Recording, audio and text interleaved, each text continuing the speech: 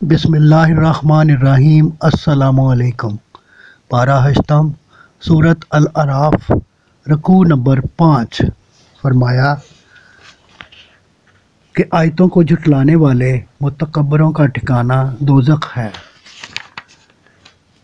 اور نیکوں کی جزا جنت ہے۔ وہ شکر ادا کریں گے اور پکاریں گے کہ ہم نے رب کا وعدہ سچا پایا۔ غیبی آواز اللہ کی راہ سے روکنے والوں پر اللہ کی لعنت کرے گی۔ رکوع نمبر 6۔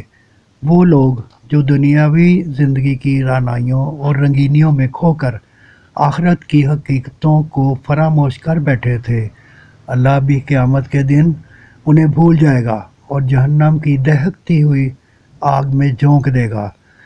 آج کوئی ان کے نہ آئے گا اور نہ ہی ندامت و پشیمانی کسی کام آئے گی۔ رکوع نمبر 7۔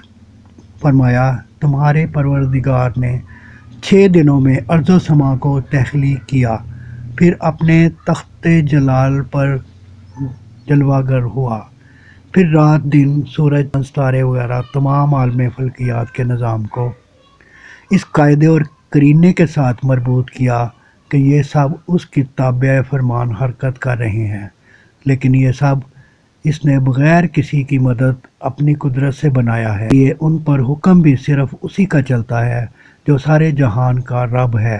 اپنے تمام ضرورتوں کے لیے صرف اپنے رب کو ہی خشوع و خضوع سے پکارو۔ یہ تمہارا رب ہی ہے جو باران رحمت برساتا، پھل اگاتا ہے۔ صدق اللہ العظیم۔ چینل کو سبسکرائب اور گھنٹی کے بٹن کو دبا دیجیے۔ دعا ہے کہ اللہ تعالیٰ آپ کو صحت و تندرستی والی لمبی زندگی عطا فرمائے۔ آمین آمین آمین یا رب العالمین۔